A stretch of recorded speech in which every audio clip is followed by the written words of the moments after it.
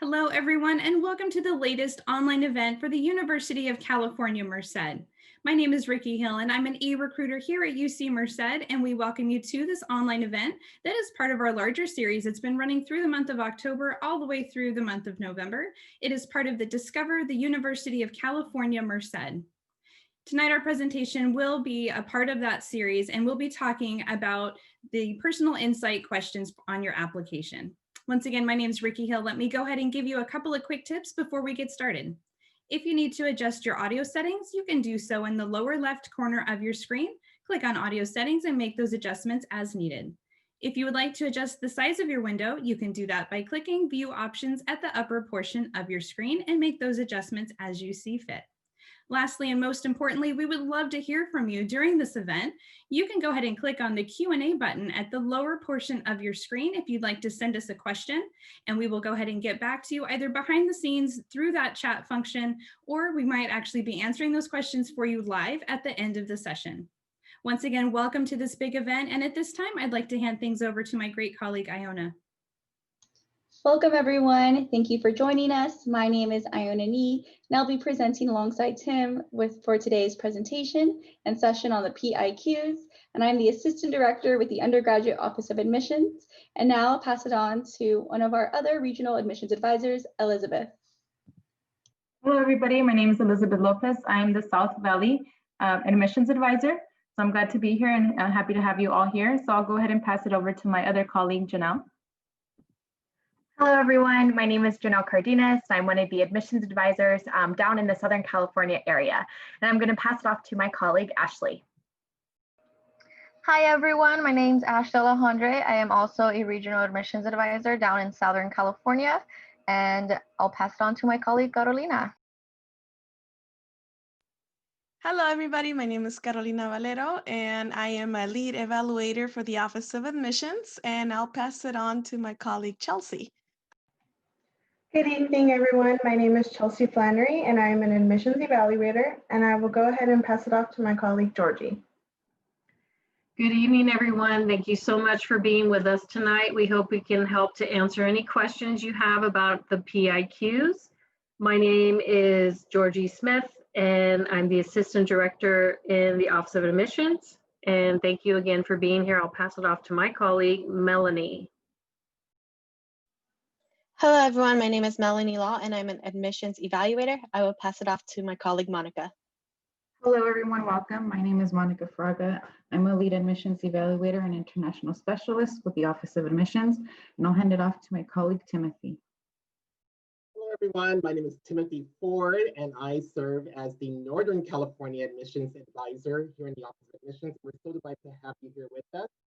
So once again, we're going to jump right into the presentation, and we'd like to encourage you to ask any questions that you may have in the Q&A portion. So I'm going to give you an overview of what we're going to discuss this evening. We're going to talk about the PIQ basics. We're going to also talk about the purpose of the PIQs as it relates to the UC application itself.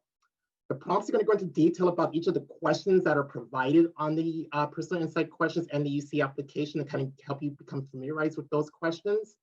And then also we're going to provide you with tips on things to consider and how to approach your responses, as well as tricks, things to look for, things to consider, as well as things not to do in the personal insight questions. So with that, we'll go ahead and jump right into it.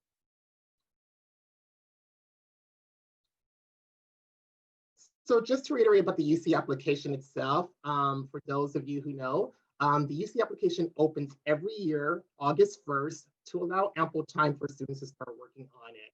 Now, all the information that's being asked of you in the UC application is self-reported information, so it's important that you do answer each of the areas in the UC application accurately, because we will verify that information later on if you are admitted to a UC campus. If you're applying for a term other than the fall term, some campuses do offer a spring entry as well as a winter quarter entry.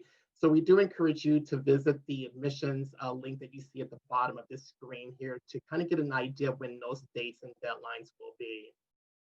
The submission period for submitting your actual UC application for my seniors in the room would be during the month of November. It opens the submission period starts November 1st and you will have all the way until November 30th, 11:59 p.m. to actually submit your UC application.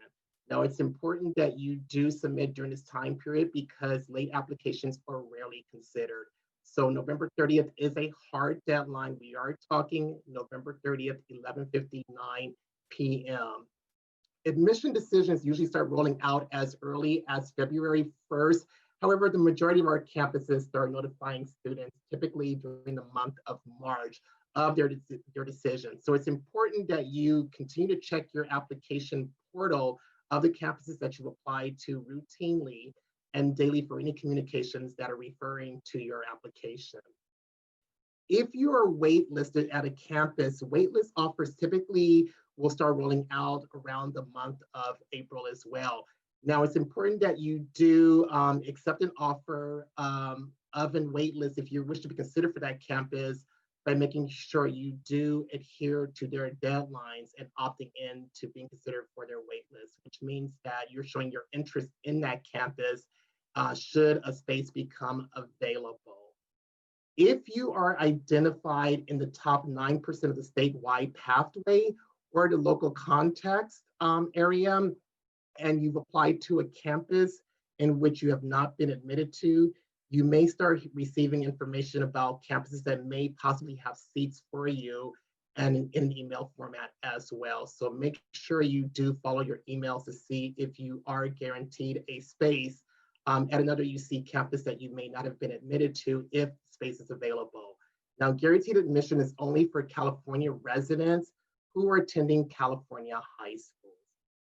May 1 is the National Day of Decision. This is when you need to submit your statement of intent to register to let us know that you're accepting an offer of admission to a UC campus. And again, that is a hard deadline, May 1.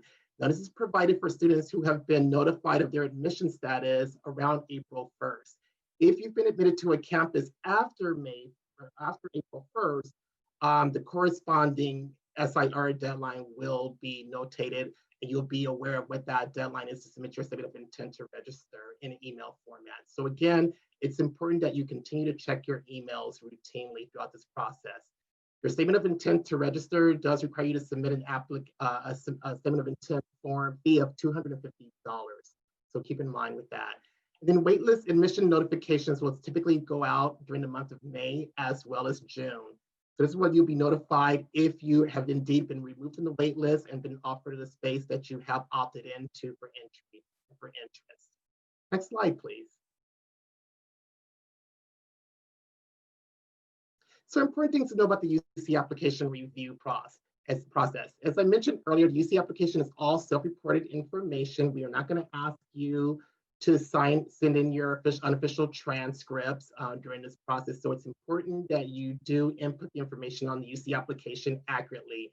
I always like to encourage students to have a copy of their transcripts alongside them when they're filling out the information. And again, we do not read counselors or teacher recommendation letters as they are not part of the review process. So do not send in any letter of recommendations for your teacher. We do want you to brag about yourself because the UC application is pretty much telling your entire story to us. So as much information that you can provide to us, not leaving anything out of the application in regards to your activities, your awards that you're receiving, we want to know about that information. So don't be afraid to brag about yourself during this process. And also one thing to also know is that we're going to be reviewing you in the context of your environment.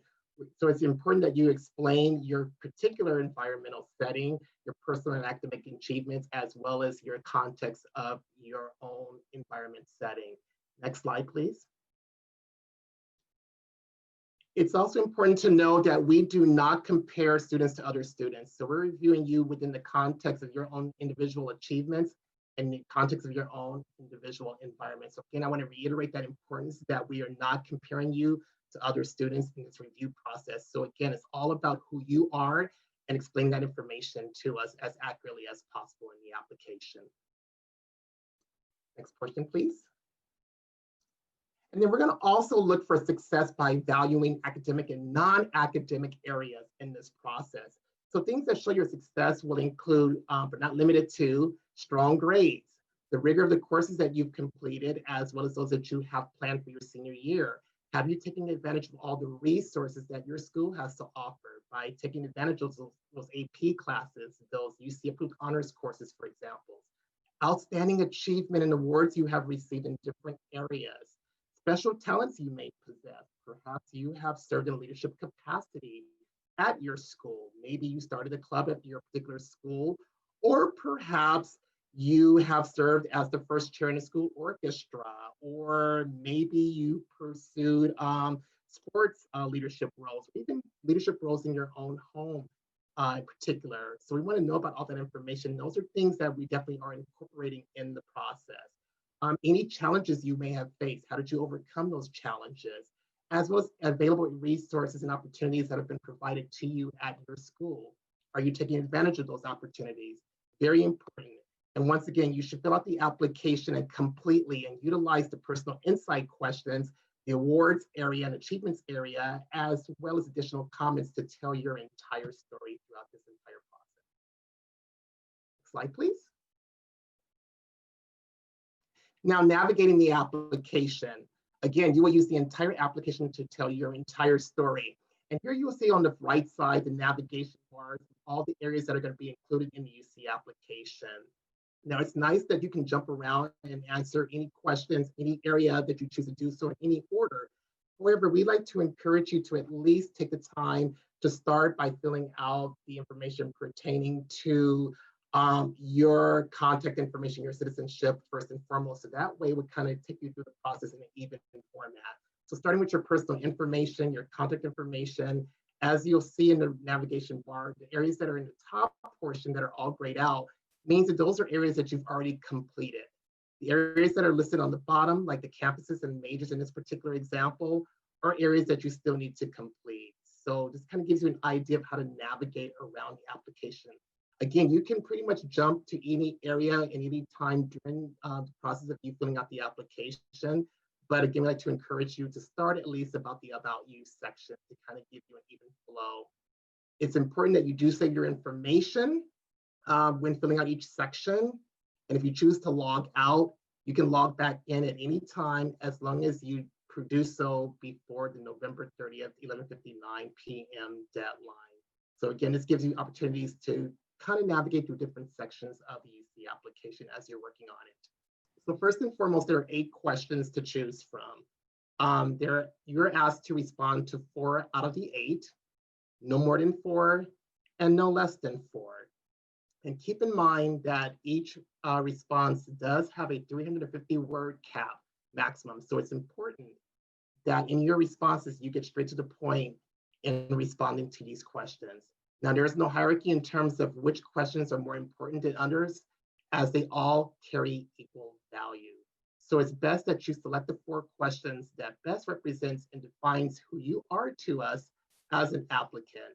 So again, when you're navigating the 8 questions, select the ones that are going to tell your specific story to the reader. It's going to give us a context of who you are overall. And basically, it should give insight on individual circumstances. So keep that in mind. Next slide, please.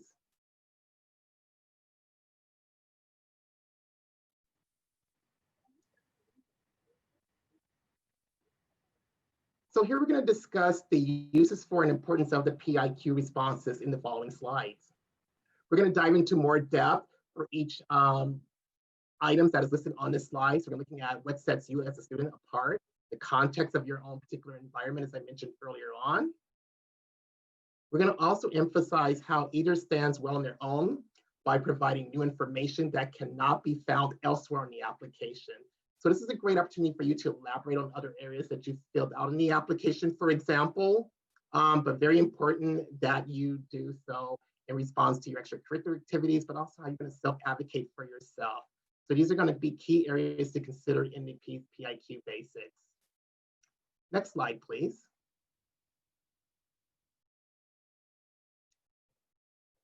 So once again, the purpose of the PIQs, as I mentioned earlier in Time Over, is that you're telling your story to us. What's important to you? And what this does is pretty much allows the admission readers to understand what is important to you as an applicant to us as we're reading and making our decisions. Academic performance is going to always be the most important part of the UC application. But we want to know more about than just your academic performance. We want to know more about what you're doing and why you're making certain choices in your academic achievements and pursuit of your academic goals. We want to understand how you think beyond well and why you're performing in a particular area that you're doing so. So think about how do you think about grades in the courses that are helping you understand the work that you're presenting to us. Next slide, please. The purpose of the PIQs is used for selection purposes, and this is going to vary by each campus. So all campuses may utilize the PIQ responses in their selections when making decisions for students, but some campuses may use it for scholarship considerations as well. So keep that in mind that each campus can denote and determine how they may wish to utilize the responses that you're presenting to us in these particular areas. Also clarification, and then context is going to be key. As I mentioned earlier, we do not compare students to other students. We're looking at your own individual experiences and environment. I cannot stress that enough. Many times students do wonder, how do they compare with other students that are in the applicant pool? And again, it's based on you specifically. And we're not comparing you with other students because keep in mind, different students have different resources. Some students may come from different schools where resources are very different than others. So we have to review within the context of your own in particular settings. Okay, next question. Next slide, please. So we're going to talk about the prompts a little more detail.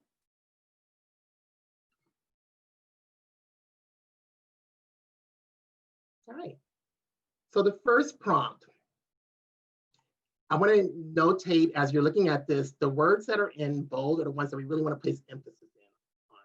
So for example, question number 1, describe an example of your leadership experience in which you have positively influenced others, helped resolve disputes, or contributed to group efforts over time. So for example, choose one option of leadership experience and tell us about that. Don't just describe the leadership role itself, but tell us how it relates to who you are as an applicant. Question number 2, every person has a creative side, and it can be expressed in many ways: problem solving, original and innovative thinking, and artistically, to name a few. Describe how you express your creative side. So the keywords are describe and express. Remember, your response should give readers insight into how you spend your time. So don't just describe your creative side, but tell us exactly how you express it. And remember to add context in your responses. Next slide, please. So question number 3, what would you say is your greatest talent or skill? How have you developed and demonstrated that talent over time? So don't make the mistake of just talking about the talent and describing and defining the talent itself, but talk about how it has developed over time and how you demonstrated that area particularly. Number 4, describe how you have taken advantage of a significant educational opportunity or worked to overcome an educational barrier you have faced. So choose one, not both options. Talk about what you have done, not the opportunity or challenge in and of itself. So basically talk about how you persevered through those particular barriers that you may have faced. Don't just describe or define the barrier, but talk about how you actually overcame it. What have you done to go beyond that? Next slide, please. Describe the most significant challenge you have faced and the steps you have taken to overcome this challenge. How has this challenge affected your academic achievements? So with this question, again, we don't want you to make the mistake of just talking about the challenge without answering the question. So again, how has this question affected your academic achievement? Again, those are the underlying meanings of these particular responses. Number 6, think about how an academic subject that inspires you. Describe how you have furthered this interest inside and or outside of the classroom. So the question isn't about the academic subject itself, but it's more so about how you have developed your interest in that particular subject area. Okay, number 7, please.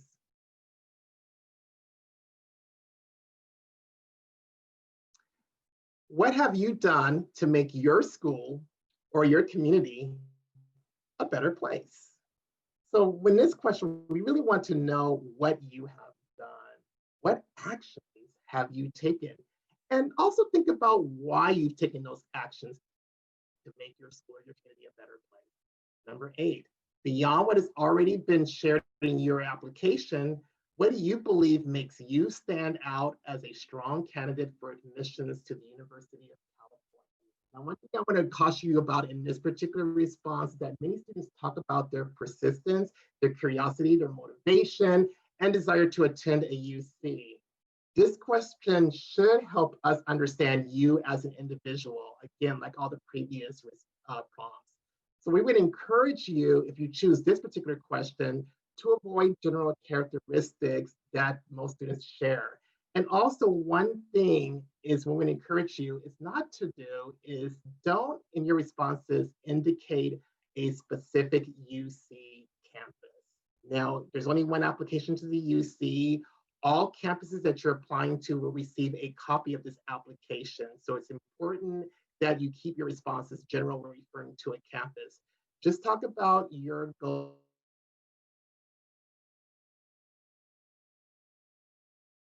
to attend the University of California. Without campuses that you checkmark will receive the same responses. So keep it general by just stating the University of California. Thank you, Tim, for covering all of the prompts. So now we'll segue into our tips and tricks. All right, so as Tim mentioned, the entire UC application is self-reported. So it is in your best interest to put your best foot forward and really provide that additional context. This is where you can highlight those accomplishments, your achievements, but also do not hesitate to share any challenges. And use your own natural voice. What does that mean? These are I and my statements. This is why it's called personal insight questions for a reason. You need to be the center of your responses. Do not talk about how awesome grandma is or how much you love your dog. Be sure to use a lot of I and my pronouns and give us details.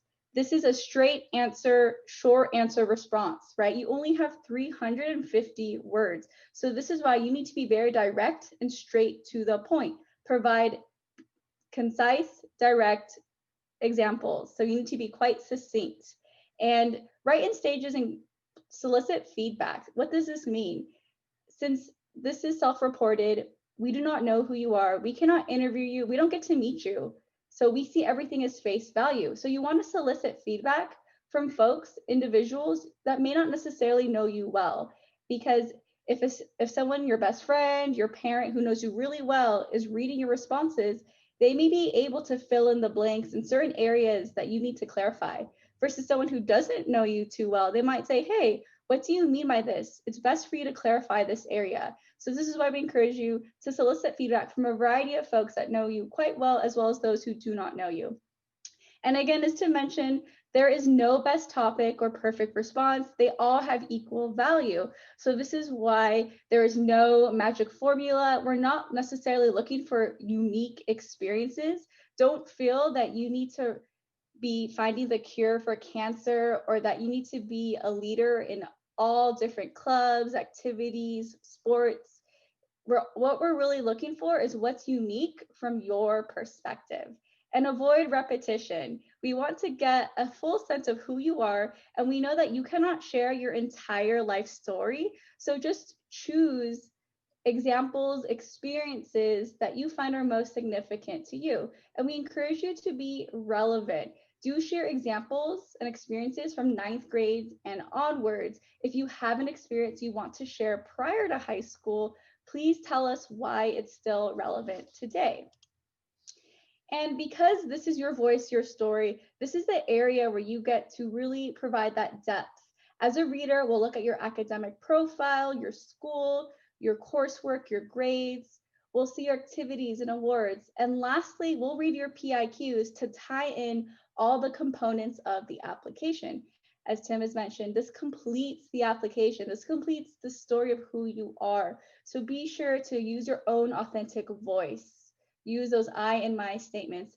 And again, we're always going to say the word context because context is such a big word in the admissions office process. Why is that?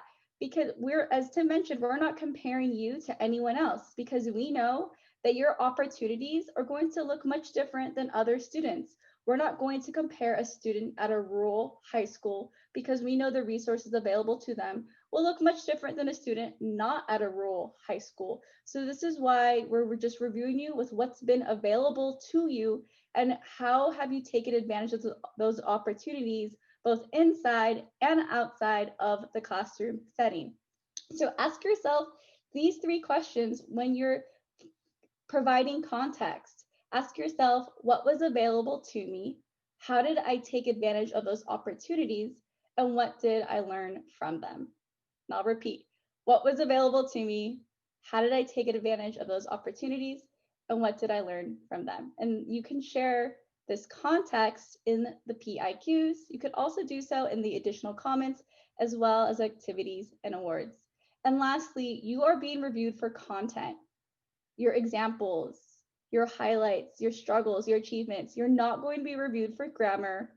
You do not need to provide a thesis, body, conclusion. This is not an academic essay. So again, you're only being reviewed for what has the content you provide. So you're not going to be assessed or graded on your writing skills. We do not care about your writing skills. If we really wanted to look at your writing skills, we would look at your grades and your English coursework.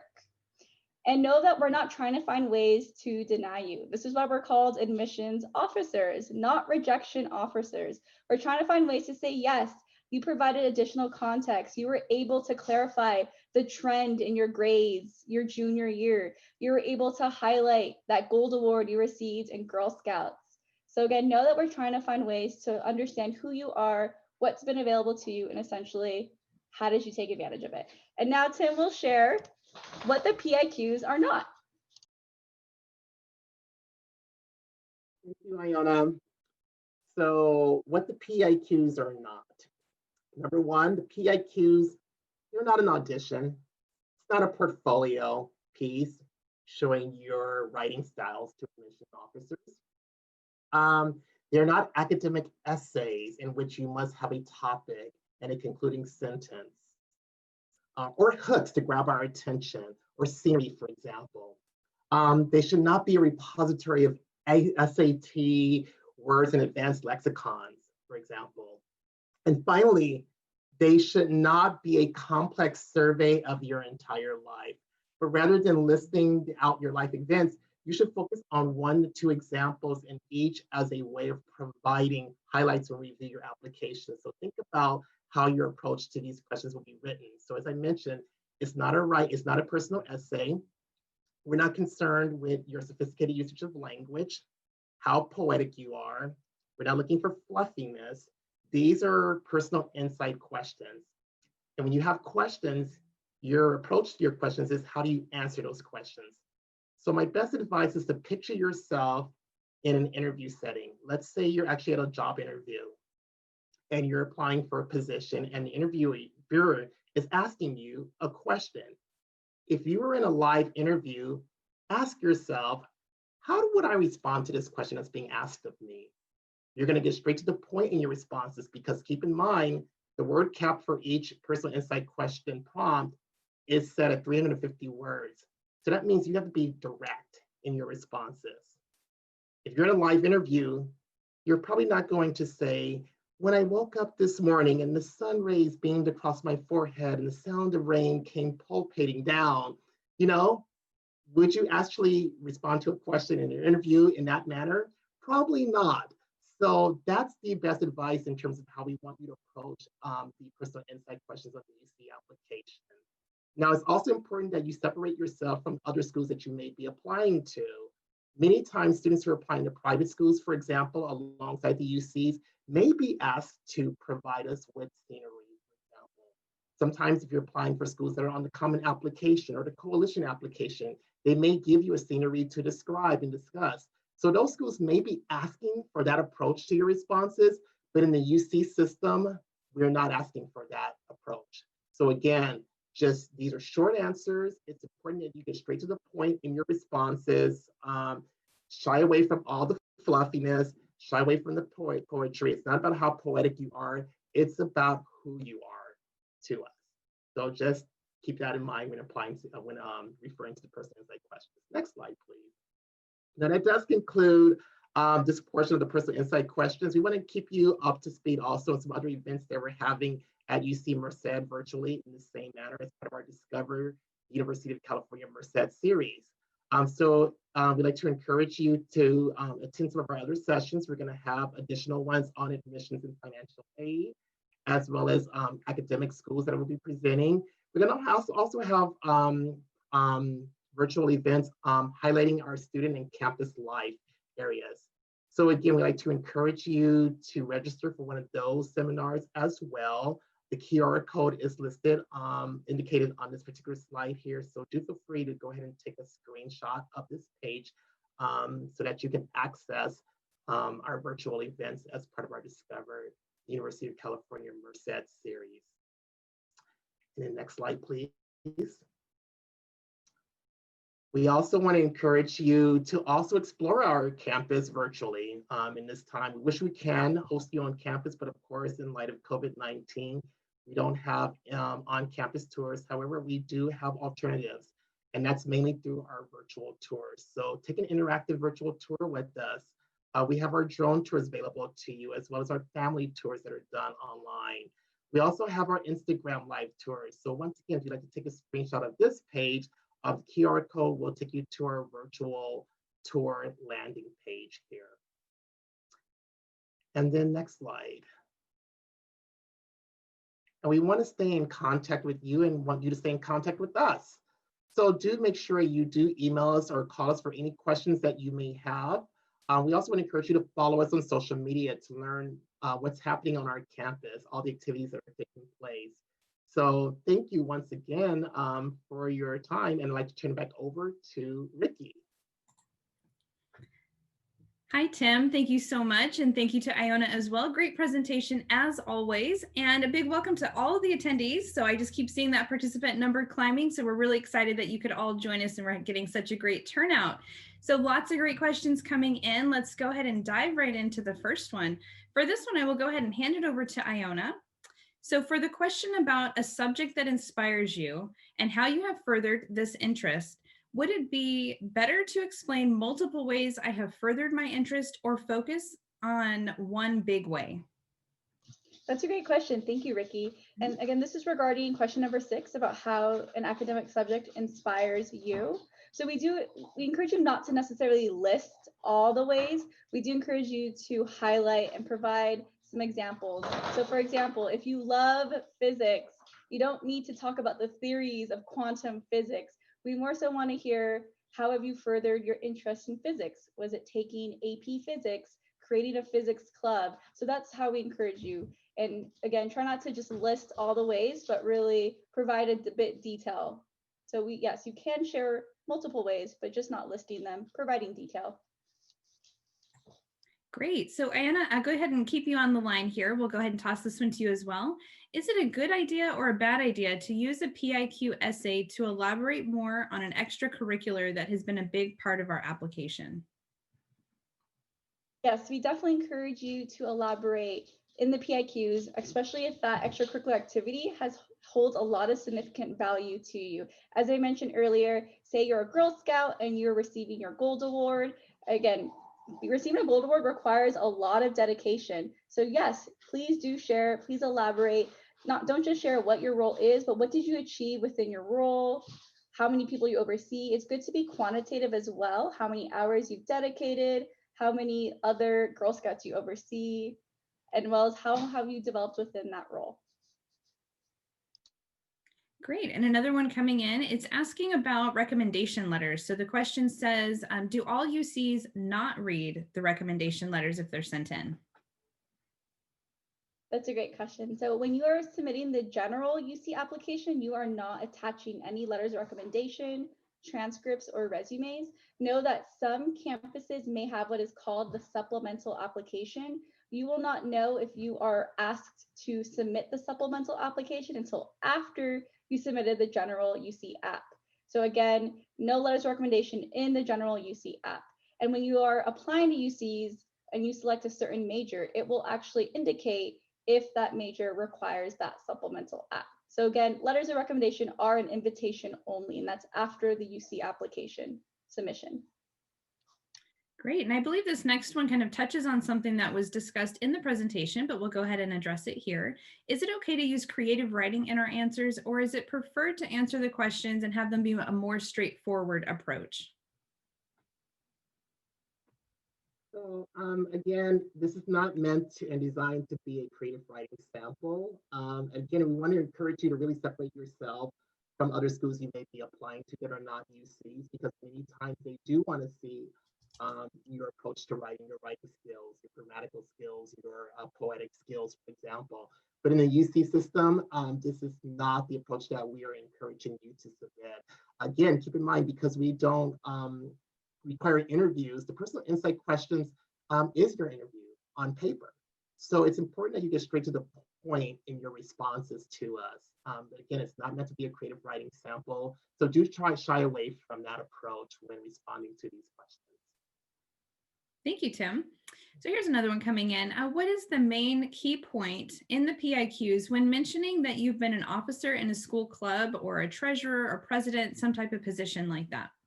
I would say best advice in responding to that would be, what have they done in that particular role? What changes have they made in your particular school? What type of actions followed their involvement in those particular roles? So kind of elaborate on those situations. So this shows us as a reader how the student has really made an impact by taking on that particular role. So if they're going to mention that they served as an officer in a club, for example, talk about some outcomes. Maybe they formed the first dance at a school, or the first virtual dance club, or what have you. That's mainly what we're looking at in terms of the context of that particular listing as an officer. Great. And then what do we mean when we actually say that we want them to talk about your, quote, environment? So what exactly does that mean in the PIQs? And do we mean that we'd like them to establish the context for each one of the questions? That's a great question. Thank you, Ricky. So what do we mean by environment? Environment is subjective. Environment could be your school environment, your network of friends. It could be your home environment. So that's what we mean is you talk about your environment. And this is why you get to choose the PIQs that you're responding to. And also know that the PIQs are purely here to add value to your application. The PIQs are not a make it or break it your admissions decision. So your admissions decision is not solely based on your PIQ responses. Great. And then if we write about the PIQ number 4, do you recommend writing about PIQ number 5, or should I choose a different PIQ? And the reason that they're asking is because they seem very similar.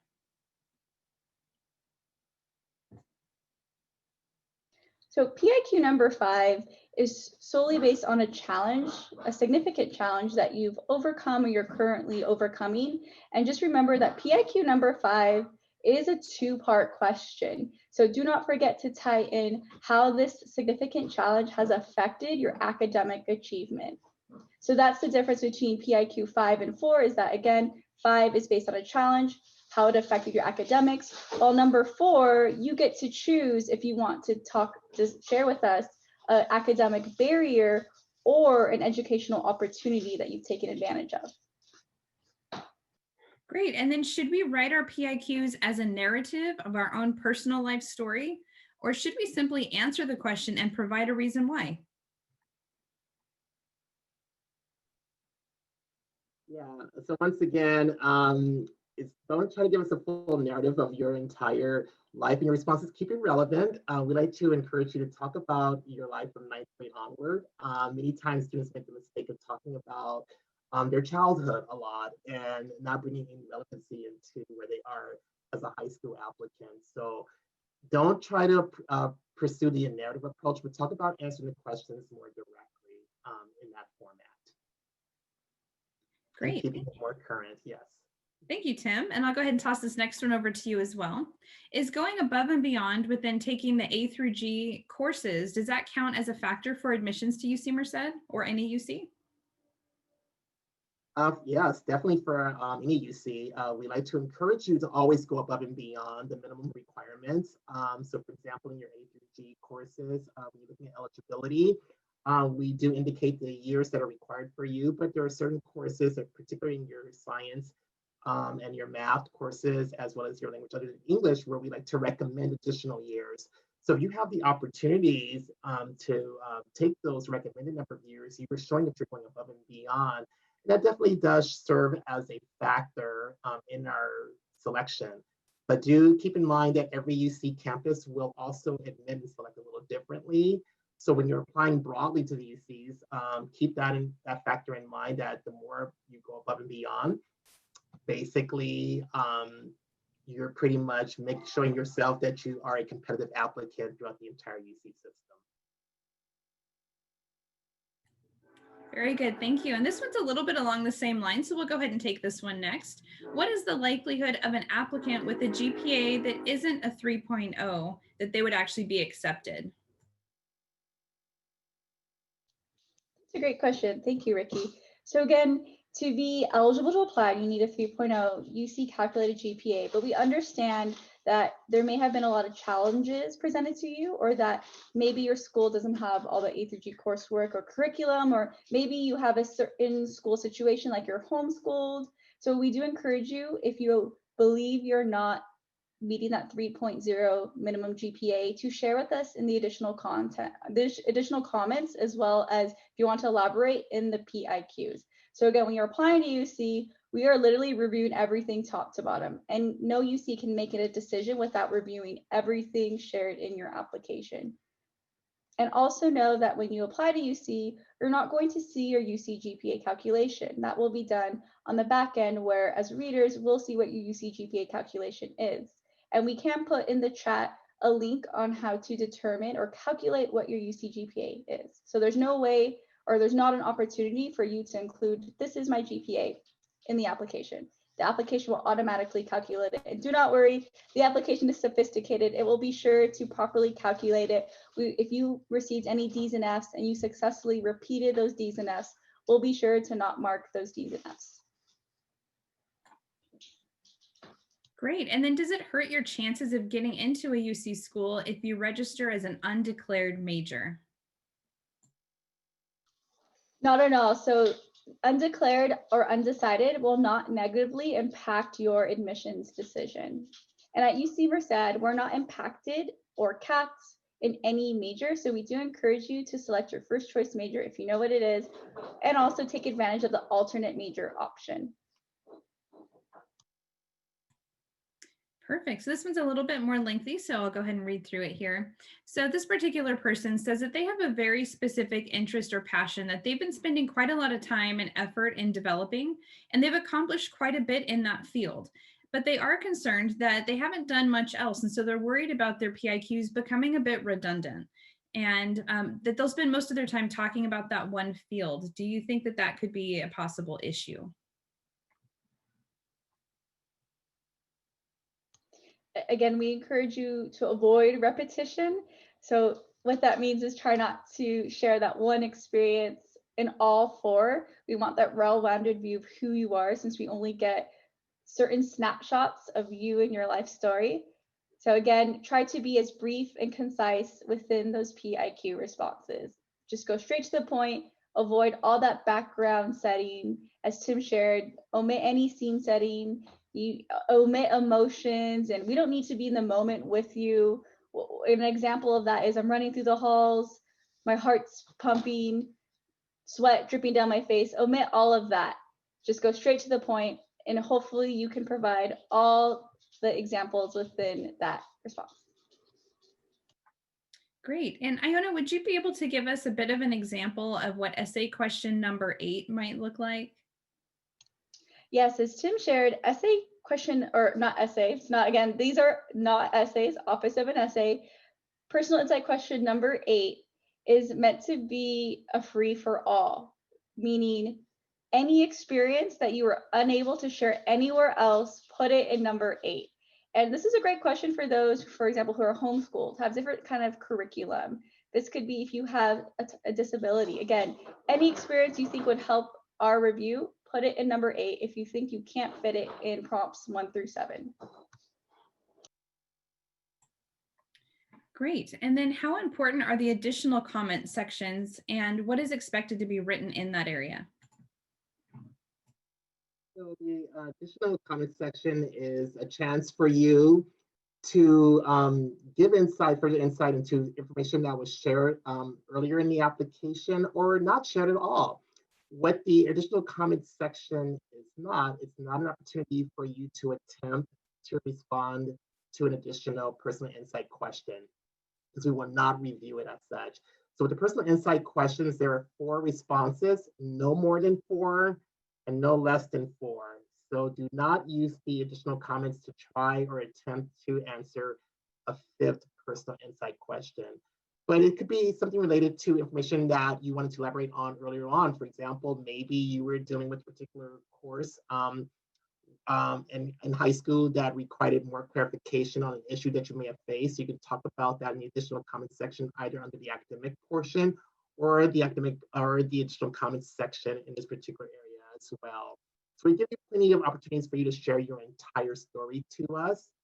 But again, what the additional comment section is not a chance for you to answer a 5th personal insight question. It's more so to elaborate on information that was left out earlier on in the application or to elaborate on other areas. So you should do so. Great, thank you, Tim.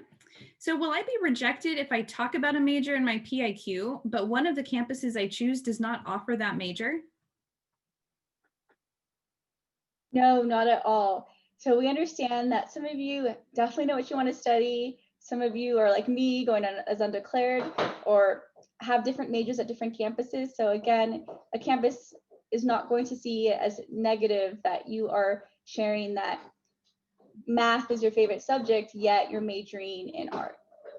Again, the PIQ is only here to add value. They're only here to complement the other components of the application. And also, Iona, can you do a follow-up on that one and let the audience know what usually makes a response actually stand out? That's a great question. I'll also have Tim share as well. So again, we're not looking for those unique anomaly type experiences. It's really just what's unique from your perspective. And a question that stands out is honestly a question that responds to the prompt and provides additional information that we didn't learn from you anywhere else in the application. We see some questions in the chat saying, should I discuss or share or go dive deeper into an activity that I mentioned in the activities and awards section? Yes, you can provide further context and depth from what you've shared in the activities and awards section. Yeah, it's just definitely I ditto what Iona just mentioned there. It's more so about the fact that you responded to the question to the best ability of who you are, and more so about relevancy. And many times, what happens, a mistake that a lot of students do make in the personal insight questions is they like to talk about role models, for example, and they go on about their grandparents or their parents being role models. And they leave little time about who they are. And the thing is, we want to admit you, not your parents, not your grandparents, although they're amazing people, but we want to know more so about you. So the best responses are those that are relevant to your own individual experience. So do keep that in mind, as you mentioned earlier. Great, and I think we have touched on this a bit as well, but we'll go ahead and ask this question again just as a follow-up. So for the PIQs, we aren't looking for, or are we looking for a thesis and a hook and a body or conclusion when we're talking about ourselves? What type of format are we actually looking for? Right, once again, this is not designed to be a personal essay. Again, these are personal insight questions. And when you do with questions, you just answer them. And so that's the best way. And again, the example that I used earlier on is picture yourself in an actual job interview and how you will respond to questions that are being asked of you. That's the approach that we really want you to take in responses to these questions. So again, try to, shy away from those schools that you may be applying to, which are asking you to do full-on narratives and full-on essays. Take a different approach with our responses. So it's more about just answering the questions. It's not about giving us a beginning, middle, and ending, or a hook statement, for example, or a quote, for example. that's something, quotes are someone else providing that quote, but we want to know more about who you are. And so the best response is just to answer the questions head on.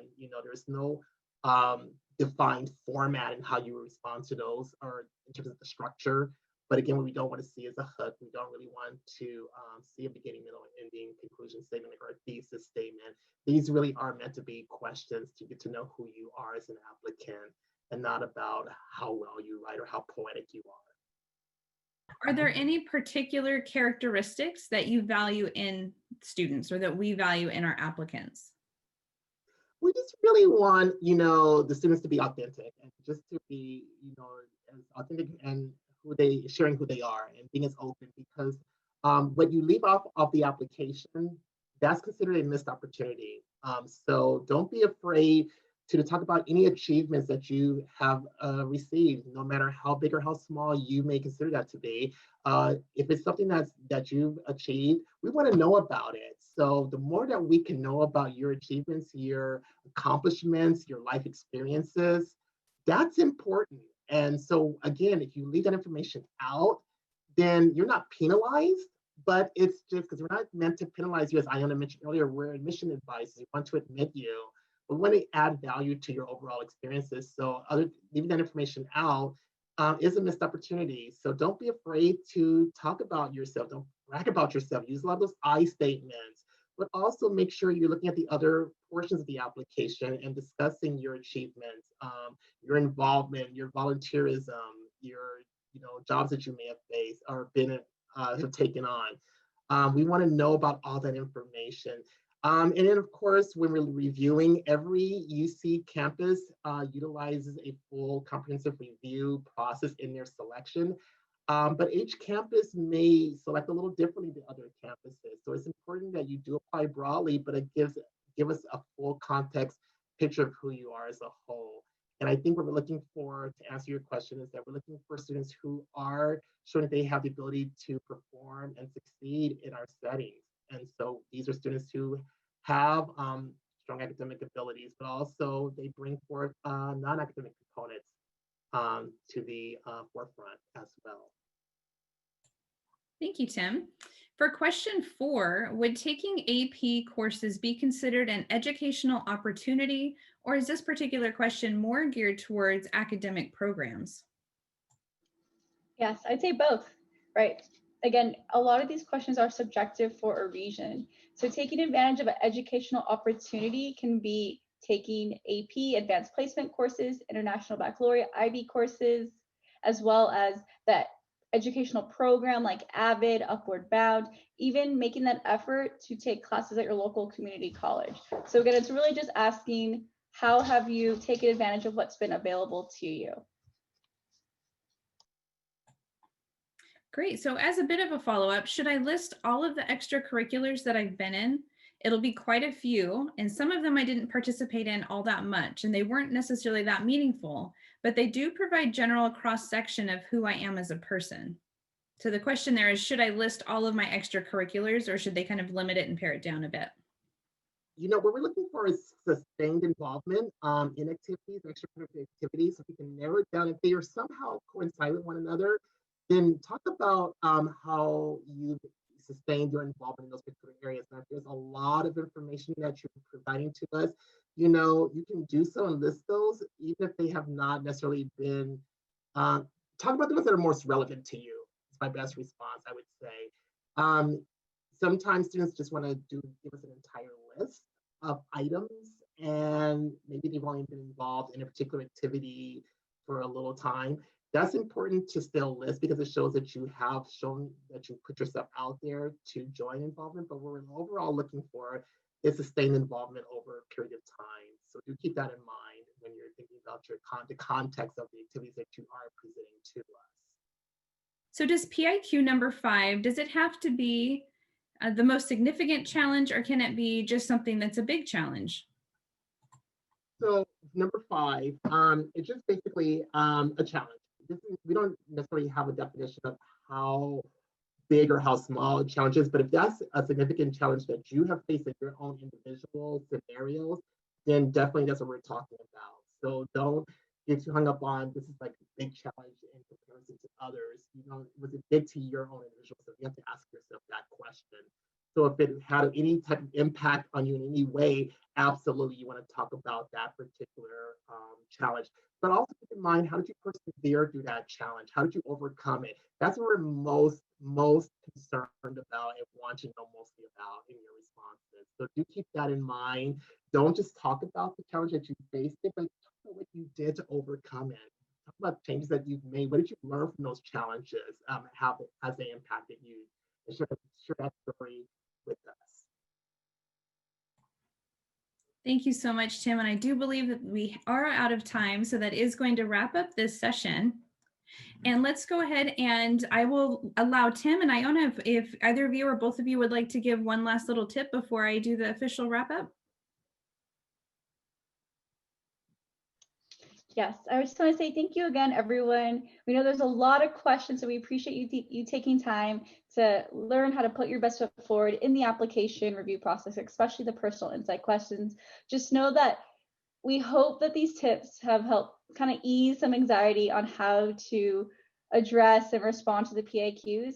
I honestly tell students this is actually much easier than writing that academic essay. We know you're all geared to write academic essays because that's what you've been doing throughout high school. And it's much harder for us to talk about ourselves, to be at the focus of our responses. So again, this is honestly much easier than what it is. As Tim shared, you literally just want to respond as if the reader is sitting right across the table from you. So think of these questions as interview questions, and you are responding as if I'm sitting across the table from you.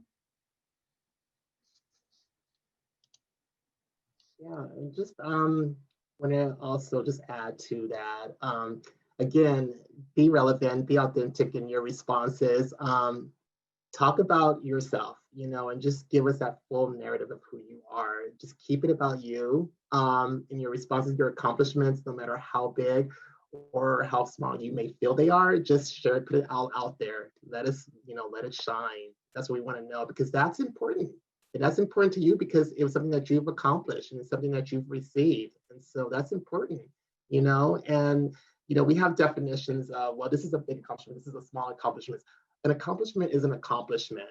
And so there's no definition on this is a big accomplishment or this is a small accomplishment. It's an accomplishment.